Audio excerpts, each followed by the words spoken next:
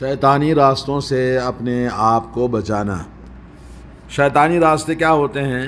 پہلے یہ سمجھ لیجئے کہ دل اللہ تعالیٰ نے جو بنایا ہے وہ ہمارے لیے قلعہ ہے، اور قلعے کے دروازے ہوتے ہیں، قلعے کے راستے ہوتے ہیں، تو ان تمام راستوں کو جو دل تک پہنچنے والے ہیں ان کو بند کرنا،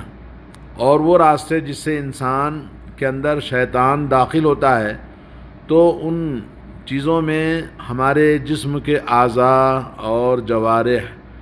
جو مختلف طریقے سے ہمارے دل میں آنکھ ہے، ہاتھ ہے، پیر ہے، اور بہت سارے خیالات ہیں، افکار ہیں، تو سب چیزیں ہمارے لیے شیطان داخل ہونے کے راستے ہیں۔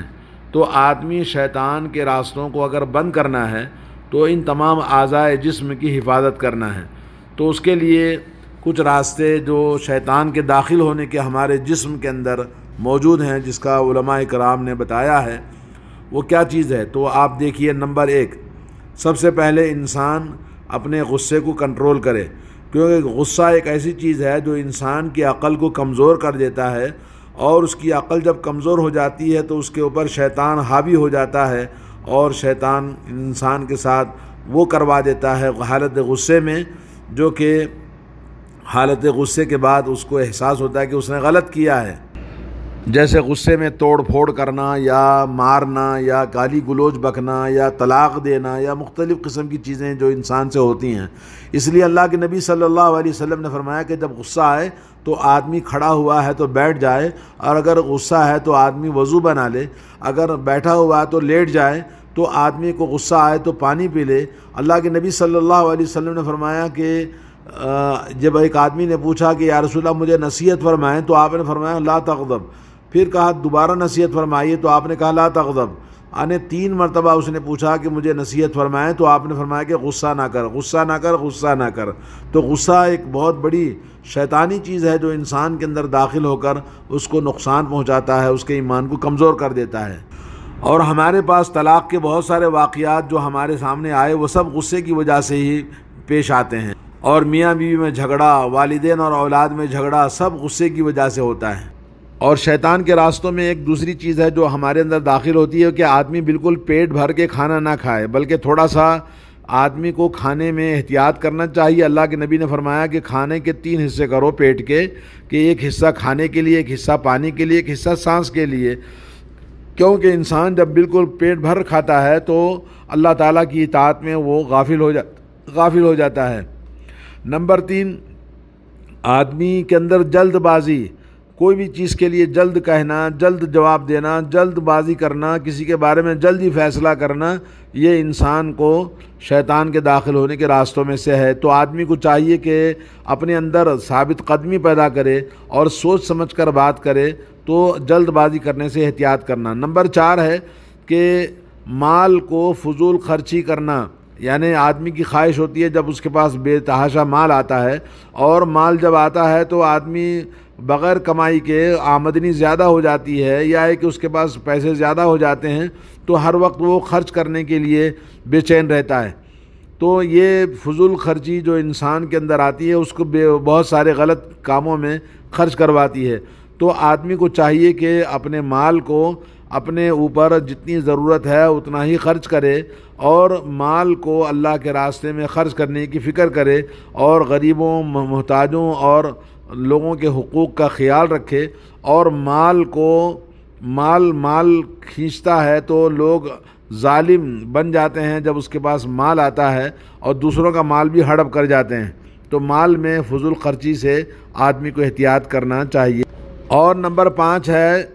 سوء ظن، یعنی بد ظنی جو انسان کے اندر پیدا ہوتی ہے، تو ایک ایسا بلون کی طرح ہے کہ جیسے پھونکتے جاؤ تو موٹا ہوتا جاتا ہے، ویسے ہی کسی کے بارے میں جب کوئی غلط فہمی آتی ہے تو یہ انسان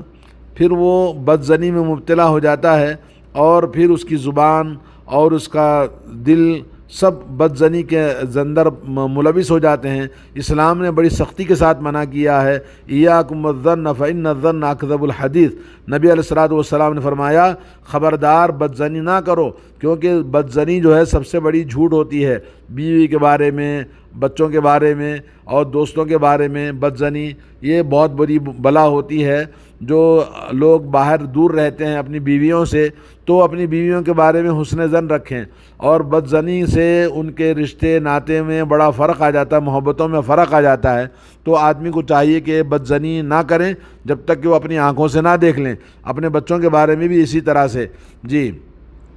نمبر 6 ہے کہ اپنے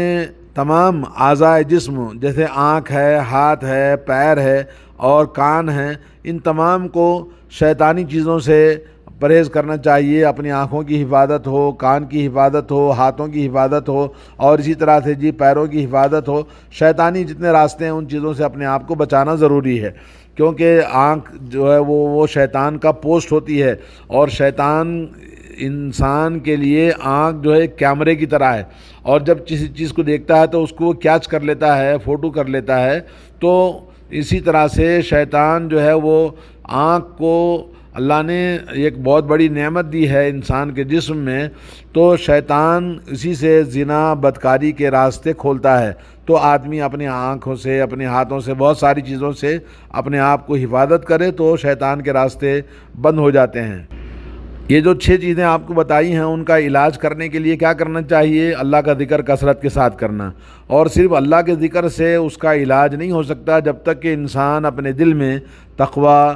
طہارت اور پاکیزگی اپنی زندگی میں ہمیشہ فکر مند ہو، اور اس کے لیے کوشش کرے، اور اس کے لیے اللہ رب العالمین سے دعا بھی کرے، تو انشاءاللہ اس کے لیے فائدہ ہوگا۔ اور انسان کو شیطان سے دور رکھنا بہت مشکل ہے، کیونکہ شیطان انسان کا ازلی دشمن ہے۔ علامہ ابن قیم رحمۃ اللہ علیہ نے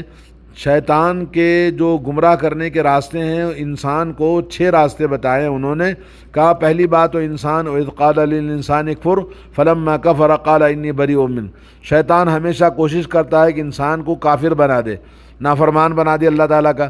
تو کہتا کفر کرو کفر کرو، یہاں تک کہ جب کفر کر لیتا ہے تو شیطان کہتا کہ جی میں بری ہوں آپ سے۔ اور دوسری چیز ہے کہ انسان کو بدعات میں، آدمی بہت سارے بدعات میں داخل ہو جاتا ہے۔ جو بدعات جیسے کہ آج کل آپ جانتے ہیں کہ چھوٹی چھوٹی چیزیں جو انسان سمجھتا ہے معمولی بات ہے،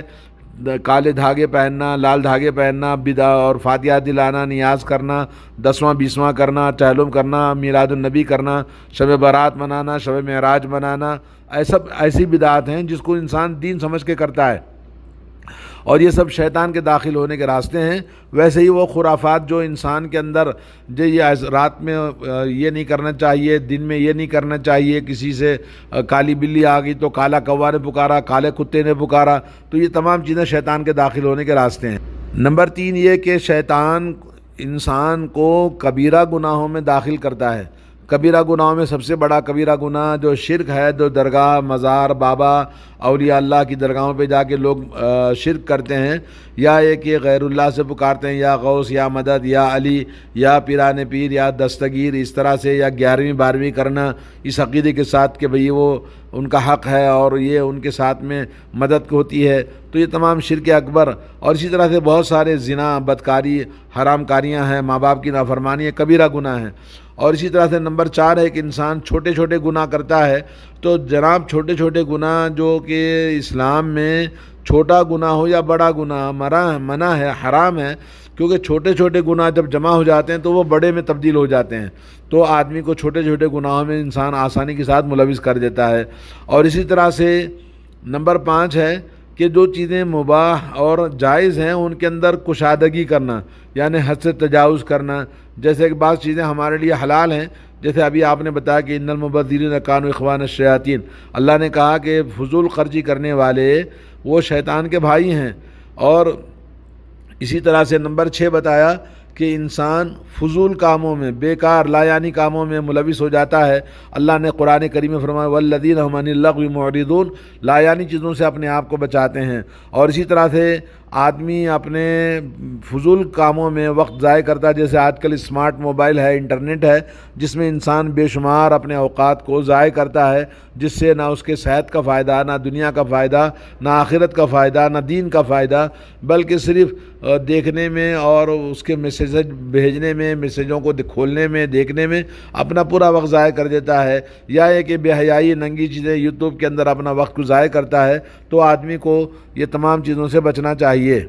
تو ان چیزوں سے بچنے کے لیے سب سے بڑی چیز ہے کہ اللہ رب العالمین کا جو صبح شام کا ذکر ہے اور نماز کے بعد کے اذکار ہیں، نماز کی پابندی ہے، جو اللہ تبارک و تعالیٰ سے سب سے زیادہ قریب کرنے اور تمام برائیوں سے انسان کو بچانے کا سب سے بڑا ہتھیار ہے۔ ان الصلاۃ تنہی عن الفحشاء والمنکر، نماز بے حیائی اور غلط کاموں سے انسان کو روکتی ہے، اور انسان پر جو اٹیک ہوتا ہے شیطان کا، اور انسان کے دل پر جو مختلف اثرات شیطان کے ہوتے ہیں، اس سے بچنے کے لیے سب سے بڑی بات ہے کہ انسان اب مکمل عبادت کرنے کی توفیق کرے، اور ہدایت اللہ تعالیٰ نے ہمیں دی ہے کہ ہم عبادت میں کوتاہی نہ کریں۔ الذین آمنوا وتطمئن قلوبهم بذکر اللہ، الا بذکر اللہ تطمئن القلوب، کہ ایمان والے ایمان لانے کے بعد پھر اللہ کا ذکر کرنے والے، ان کے دلوں کو اطمینان ہوتا ہے، اور جو لوگ اطمینان حاصل کرنا چاہتے ہیں، ٹینشن، ڈپریشن اور زندگی میں سکون چاہتے ہیں، تو کثرت سے اللہ کا ذکر کرنا چاہیے۔ اور شیطان کے داخل ہونے کے انسان کے اندر علامہ ابن قیم نے کہا کہ 4 راستے ہیں۔ ان میں سے پہلا راستہ ہے کہ مختلف الفاظ ہیں، کو الفاظ سے انسان کی زبان جو غلط سلط بولتی ہے، وہ اس سے انسان کے اندر شیطان داخل ہوتا ہے، اور انسان کو اپنی زبان الفاظ کے ادا کرتے ہوئے سوچ سمجھ کے ادا کرنا چاہیے، کیونکہ زیادہ بولنے سے، زیادہ الٹے سیدھے باتیں غصے میں، جیسے کہ اوپر گزر چکا ہے، وہ الفاظ کے ذریعے انسان کے اندر شیطان داخل ہوتا ہے۔ اور دوسرا یہ کہ شیطان خاص اوقات ہوتے ہیں جس میں شیطان کے داخل ہونے کے لمحات ہوتے ہیں، جس میں وہ انسان کے اندر داخل ہوتا ہے، جیسے اوپر اب بیان کیا گیا ہے۔ اور تیسرا ہے کہ شیطان کے داخل ہونے کے جو راستے ہیں، وہ اوپر جو بیان کیے وہی راستے ہیں، جو تمام چیزیں جو آپ کو بتائی گئی ہیں کہ اس میں انسان کو سوچنا چاہیے، اور اپنے آپ کی تربیت، خود سیلف سروس، یعنی خود اپنے آپ کو تربیت کرنے کا آدمی کے اندر ایک عزم ہو، حوصلہ ہو، اپنے آپ کو بلند کرے اخلاق میں اور اپنی عبادتوں میں اپنے آپ کو اونچا کرنے کے لیے کوشش کرے۔ تو جو انسان فکر کرتا ہے، کوشش کرتا ہے، تو کچھ نہ کچھ وہ ترقی کرے گا، کچھ نہ کچھ آگے بڑھے گا۔ تو آدمی کو اللہ تعالیٰ سے دعا کرنا چاہیے کہ اللہ تعالیٰ اس کو ہدایت دے، توفیق دے، اور ہمیں سوچنا، کوشش کرنا ہے۔ توفیق اور ہدایت اللہ تعالیٰ کی طرف سے ہوتی ہے، مدد اللہ تعالیٰ کی طرف سے ہوتی ہے، جیسا کہ اللہ نے فرمایا ایاک نعبد و ایاک نستعین، ہم توحید اللہ کی ہی عبادت کرتے ہیں، اور اس کے ساتھ ساتھ میں اللہ سے ہر چیز میں مدد مانگنی ہے۔ اللہ تبارک و تعالی ہم سب کی مدد فرمائے شیطان کے حملوں سے اور شیطانی وسوسوں سے، شیطانی تمام چیزوں سے اللہ تعالی ہم سب کی حفاظت فرمائے۔ السلام علیکم ورحمۃ اللہ وبرکاتہ۔